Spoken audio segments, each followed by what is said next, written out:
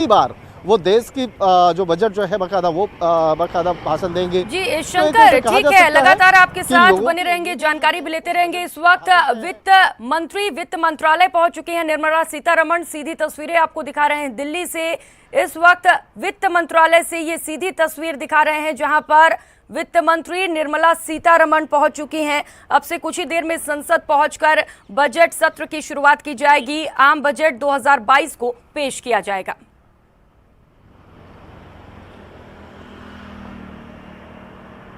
में दुनिया के सर्वश्रेष्ठ ताकतवर महिलाओं में से एक आदरणीय श्रीमती निर्मला सीतारमण जी के नेतृत्व में देश के सभी सेक्टर के लोगों को भावनाओं को ध्यान में रखते हुए एक सर्वसमावेशी बजट आने वाला है, जिससे निश्चित तौर से देश के लोगों का कल्याण होगा और देश भी आगे बढ़ेगा। समाज के सभी वर्गों को ध्यान में रखा गया है।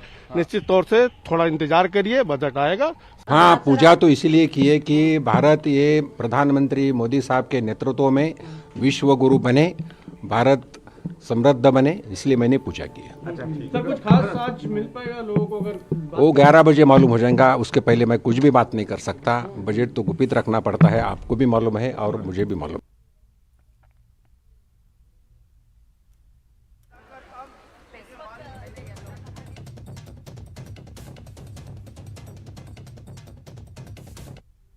तो वित्त मंत्री निर्मला सीतारमण आज लोकसभा में अपना चौथा बजट पेश करने जा रही हैं। देश में कोरोना वायरस आने के बाद मोदी सरकार का ये दूसरा बजट है। एक तरफ देश महामारी की तीसरी लहर से जूझ रहा है, वहीं कोरोना से कई सेक्टर बुरी तरह से प्रभावित हुए हैं। इस कारण 22 के बजट से हर वर्ग बड़ी उम्मीदें लगाए बैठा है। बढ़ती महंगाई, किसानों की परेशानियां, बढ़ते खतरों के बीच डिफेंस पर ध्यान, हेल्थ सेक्टर की मजबूती, टैक्स नियमों और डिडक्शन को लेकर बदलाव जैसे कई मुद्दे हैं जिनके ऊपर सबकी नजरें टिकी हैं।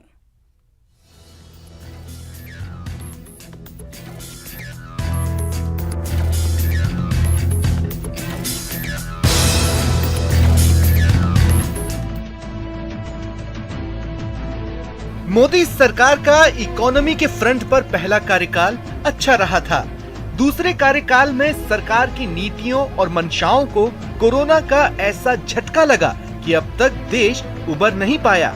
महंगाई तो मानो रोज नए चैलेंज उछाल रही है। हाल ही में जारी सरकारी आंकड़ों के अनुसार दिसंबर 2021 में खुदरा महंगाई की दर 5.59% रही, जो पिछले 6 महीने में सबसे ज्यादा है। दिसंबर 2021 में ही थोक महंगाई की दर 13.56% तक पहुंच गई। बढ़ती महंगाई ने जेब से लेकर सेविंग्स तक पर असर डाला है। आरबीआई ने हाल ही में बताया था कि बढ़ती महंगाई से लोगों की बचत आधी से भी कम रह गई। ऐसे में हर कोई उम्मीद कर रहा है कि सरकार बजट में इसका समाधान लेकर आएगी। 2014 में जब नरेंद्र मोदी पहली बार प्रधानमंत्री बने तो उनकी सरकार ने किसानों की आय दोगुनी करने का लक्ष्य तय किया था।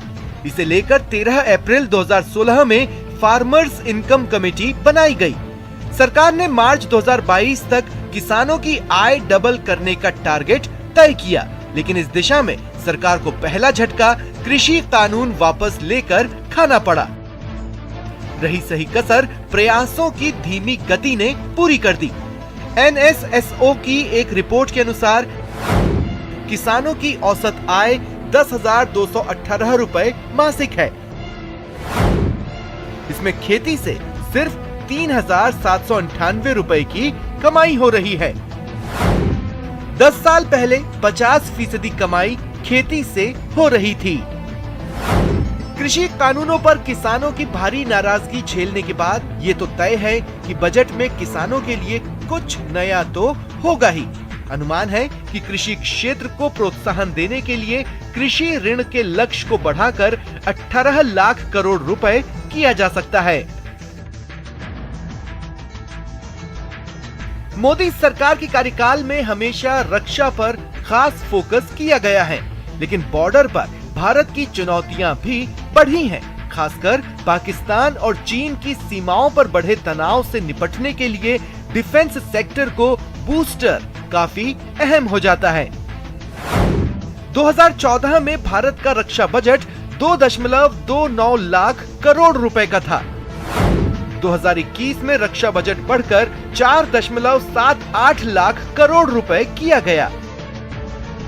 इसलिए हथियारों के आयात को कम करने और आर्म्स सेक्टर में मेड इन इंडिया पर ज्यादा जोर देने की जरूरत है। माना जा रहा है कि पहली बार डिफेंस सेक्टर को 5 लाख करोड़ रुपए से ज्यादा का आवंटन हो सकता है। इधर कोरोना की तीसरी लहर के आंकड़ों के बीच ये तो तय है कि बजट में एक बार फिर सरकार का हेल्थ सेक्टर पर खास फोकस रहेगा। कोरोना काल में अस्पतालों के लंबे खर्च से आम आदमी की कमर बुरी तरह टूटी है। इसलिए उम्मीद की जा रही है कि लाइफ इंश्योरेंस को इनकम टैक्स एक्ट के सेक्शन 80C से बाहर किया जा सकता है और इंश्योरेंस सेक्टर के लिए कोई एक लिमिट बढ़ाई जा सकती है। लाइफ इंश्योरेंस और मेडिक्लेम इंश्योरेंस दोनों को नई कैटेगरी के तहत जोड़ा जा सकता है या फिर 80C की लिमिट को ओवरऑल बढ़ाया जा सकता है। 2021 में हेल्थ सेक्टर के बजट को बढ़ाकर 2,23,846 करोड़ रुपए किया था। 2022 में हेल्थ सेक्टर का बजट बढ़ाकर 2,41,846 करोड़ किया जा सकता है। जानकारी के अनुसार हेल्थ सेक्टर के बजट में सरकार 10 से 12% की वृद्धि करने का विचार कर रही है। साथ ही कोरोना वैक्सीन के लिए बनाए गए फंड को जारी रखा जा सकता है। पिछले बजट में सरकार ने वैक्सीन के लिए अलग से 50,000 करोड़ रुपए का प्रावधान किया था। इकोनॉमी को ग्रोथ बूस्टर देने के अलावा बजट में टैक्स पेयर्स को भी बड़ी राहत मिलने की संभावना है। दरअसल कई साल से टैक्स पेयर्स के लिए कोई ऐसा ऐलान नहीं हुआ है जिससे उन्हें बड़ा फायदा मिला हो। ऐसे में उम्मीद है कि इस बार टैक्स छूट का तोहफा देकर सरकार उन्हें खुश कर सकती है। साल 2014 में 80C का दायरा 1 लाख से बढ़ाकर 1.5 लाख किया गया, लेकिन पिछले 8 सालों से 80C के दायरे में कोई बदलाव नहीं हुआ। Bureau report, news 18 Rajasthan.